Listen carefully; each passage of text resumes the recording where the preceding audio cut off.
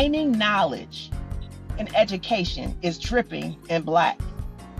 Welcome to Black on Black Excellence edition of the Dripping in Black podcast. In this special edition, Tamika L serves as host as she interviews her friend Queashar L. Halliburton, best-selling author, publisher, and speaker. Hello, hello, hello. We are so excited to be in the studio today. DIBK Studio, yes. I am Tamika Gaines. I'm a guest host for this session. And today we have none other than that awesome author. Oh my goodness. Shar Halliburton. Oh my goodness. Hello, Shar. Hi, Tamika. Thank you so much for having me. Thanks so much to Sean and for you, Tamika, for guest hosting today. I really appreciate it. Awesome. Can you just let us know who is this Shar? And what's your government name? Shar? My government name is Queashar L. Halliburton. I go by Shar. I'm an international best-selling author, speaker, and the CEO of Queashar Detroit Publishing. I help professional women to identify their expertise and to put it in a signature nonfiction book. All right. Listen to that Black excellence. Well, Shar, how did you get on this journey? Where did you start? I mean, like the real question, what city do you represent? I represent the D, Detroit, Michigan. And it was it took some time to get to where I am. I've been a writer all of my life. And I went to school, went to Michigan State, studied communications, graduated, and I started to delve into a lot of different career um, areas. And what stuck was insurance. So I've been an insurance agent for the last 24 years, but I started to miss writing. My background is in writing. I've been writing all of my life, and it was just a purpose journey for me to get on the road to become an author. Wow, that's amazing. So, what drives you to write? What is your muse for writing? What drives me to write is to motivate and to inspire those that feel stuck in life. My goal is to motivate them to get out of that place of stuck and move into action so they can change the lives of others. Wow, you are on fire for it. I am excited to even have this conversation with you. You know, we've been knowing each other for several years now, and I didn't even notice the transition. It was so smooth. You moved right into your trajectory and you pulled it off, and now you're a bestseller author. What are some of the challenges you've had in the transition? Well, just trying to figure out at the beginning, figuring out the publishing space, how to publish. I didn't have a problem with the writing, but just publishing. There are so many gray areas when you are new to something, so just learning the ins and outs of publishing and then just letting perfection sometimes stop me from achieving my goals because a lot of times I was scared because it wasn't perfect. So we learn through failure. So we have to be open to doing new things and not being scared to fail because we learn through failure. So at first I was kind of scared that I was going to fail, but I had to learn. I had to, put my heels in, research, and get coaching. Coaching is so important when you are doing something new. So I had to invest in my learning and to invest in coaching, and that helped me to skyrocket my success. Wow, Kushar, I heard you say invest. So do I have to be a baller to become a writer? No, you don't have to be a baller, but what I would say is if you're planning to write, I would say start stacking your money. Start putting some money to the side instead of getting your Starbucks every day. Put a little bit of money to the side because it's going to cost. The most expensive part in the publishing process is editing and then getting a book cover. Those are the things that are going to be the most expensive in the process, but I would say start putting money to the side. And there was a research done by Reedsy, reedsy.com for 2024, and they stated that the average cost to self-publish in 2024 is between $25,000 and $5,300 to publish a nonfiction book. Wow. So, what if I want to start a book? Is it possible that you could help me? Absolutely. If you're writing a nonfiction book, I can absolutely help you with that process. We help you to write the book, publish the book, launch it, and market the book. How would I reach you to be able to, you know, hook up with you? Maybe we could figure out a budget on how, or even the discipline. Could you be a coach, Well, maybe? yes, I am a coach. I'm a nonfiction writing coach as well as a success coach.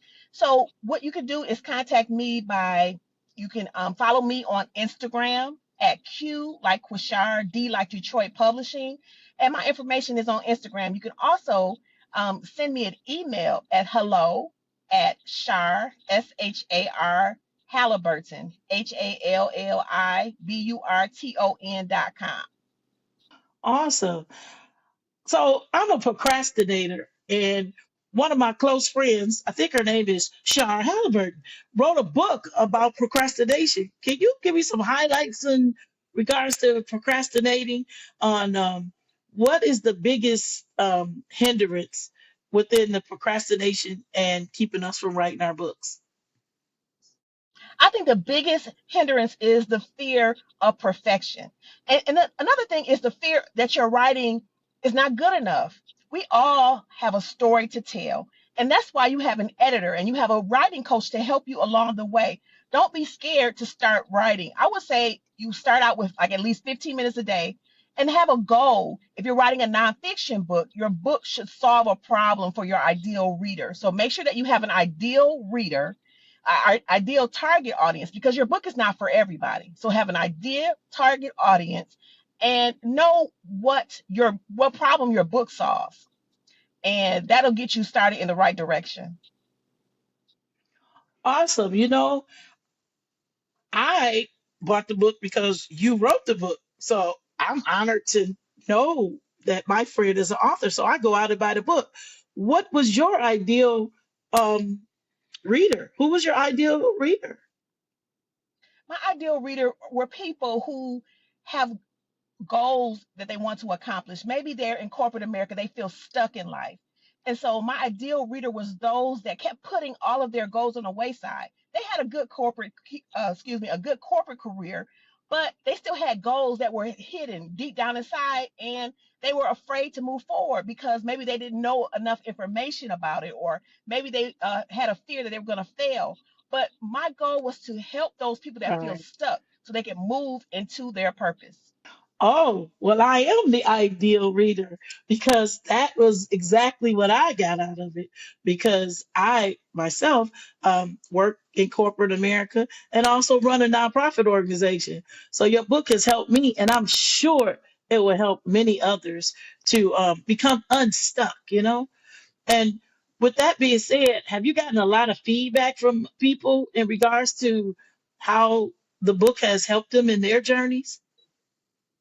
Yes, a lot of people feel stuck in life, and a lot of people are procrastinating again due to fear. When I was writing that book, I did a study about success, and I asked people what was making them, hold off on their dreams.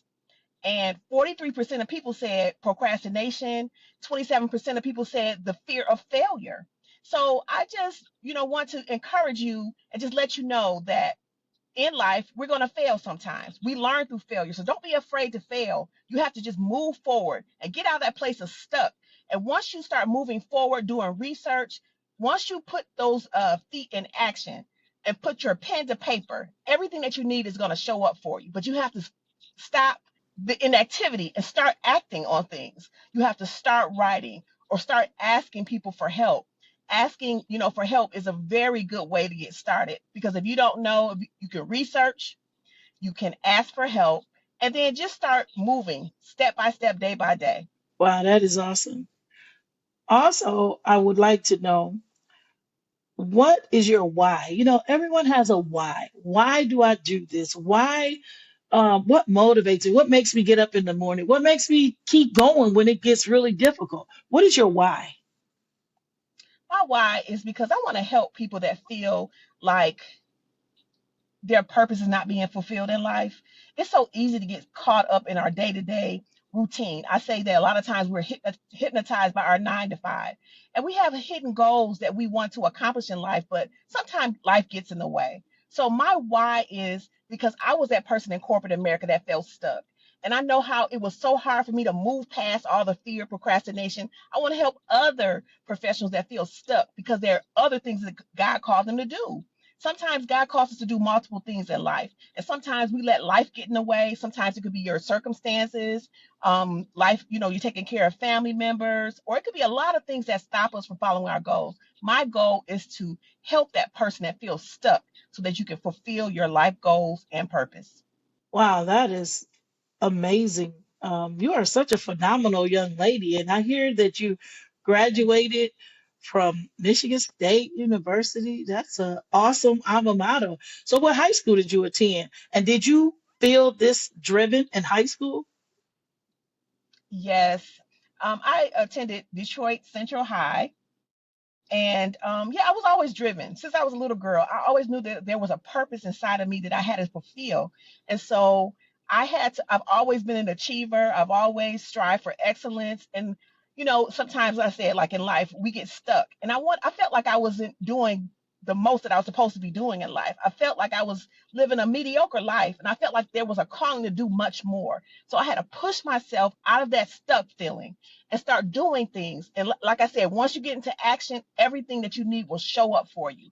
All the coaches that I met was when I started to act and started to do the things that God called me to do. Because I felt a push to do more. And when you feel a push to do more, there's more for you to do so that you can change the lives of others.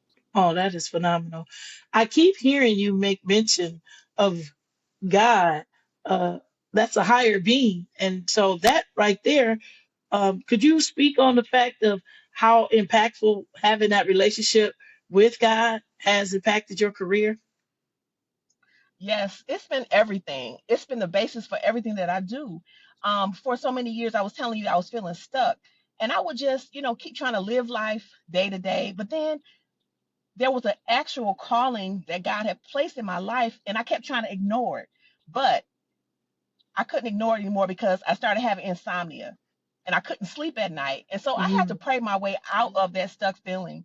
And I couldn't sleep at night. So I said, you know what? God is trying to get my attention. A lot of times we are scared to do things and step out. We have to step out on faith and just do the thing that it feels natural to you. And so I had to pray, and I had to do some self assessment. I had to see, like, okay, am I happy in life? No. What do I need to do to make myself happy? And what did I have to do to fulfill that purpose in life? And I started doing that through prayer and self assessment, assessing where I was and where I wanted to be. And once I figured out where I wanted to be, I had to start taking step by step, day by day, to accomplish the goals that God has called me to accomplish. You know what, Queashar? You are very articulate, and I would like to give that to you. So, if I wanted to have you speak at an event, how could I make that happen? So, do I have to be a baller to get you to come speak to my group, or what is it? Well, Or are I'll you say this: reasonable? you invest. Yeah, of course I'm reasonable, but you invest in the things that you need in order to go to the next level. Absolutely. And I would like to invest in coaching and developing. And so, would you be able to do some type of workshops for coaching and developing? Yes, I am a personal development coach as well. And my contents in my book, it's personal development. It starts with you, getting yourself together. We always have to continue to learn and continue to grow. And so I'm always, I always have a coach. I have two coaches right now. I'm always taking new programs, taking courses, and, researching so that I can improve, because we can't stay in the same place and want to achieve goals. We have to, keep moving and keep learning and growing. And you do that through personal development. Wow, just sitting down talking to you has touched, moved, and inspired me. I believe that one day I'll be a writer. Why? Because I've been moved, touched, and inspired by Shar. Well, Shar, thank you so much. We are so excited that you joined us with Dripping in Black Excellence. And so we want to present you with a gift. So we have a super surprise for you. So Oh, to give wow. you a piece, oh my goodness, look at that. Dripping in Oh, Black wow. Excellence podcast. That's a beautiful picture, isn't it, Shar? Thank you. Yes, I love it. You are very welcome. We just want to share with the world the Black excellence that you display. So we want to thank you once again for coming. So I just want to thank you for taking this time out to just share a piece of your personal with us. That right there is huge because a lot of times we're so corporate that we don't know how to get downright personal. So I want to thank you for taking out your time of your very busy schedule. A woman on the move. We so grateful to catch you while you in between appointments right now. So thank you so much for taking this time out with us. And we just want to say thank you. And we look forward to many more books and many, many seminars that you will become our speaker. So we thank you for your time. And I'm Tamika Gaines, and I thank you for your time for tuning in for another opportunity with DIBK Studios. Have an amazing day. Thank you. Thank you. On the next Dripping in Black podcast, our special guest host, Mr. Al Pete, interviews founder of the Black Podcasters Association, Mr. Corey Gums. Right. So, I always use those as inspiration to remind me of like, you have, I hate to be cliche. What is it? You have to be the change you want or something. What's that line? Yeah, the change that you want to see. Yeah. Yeah, you have to be the change you want to see. And, and that's something I try to encourage in our community.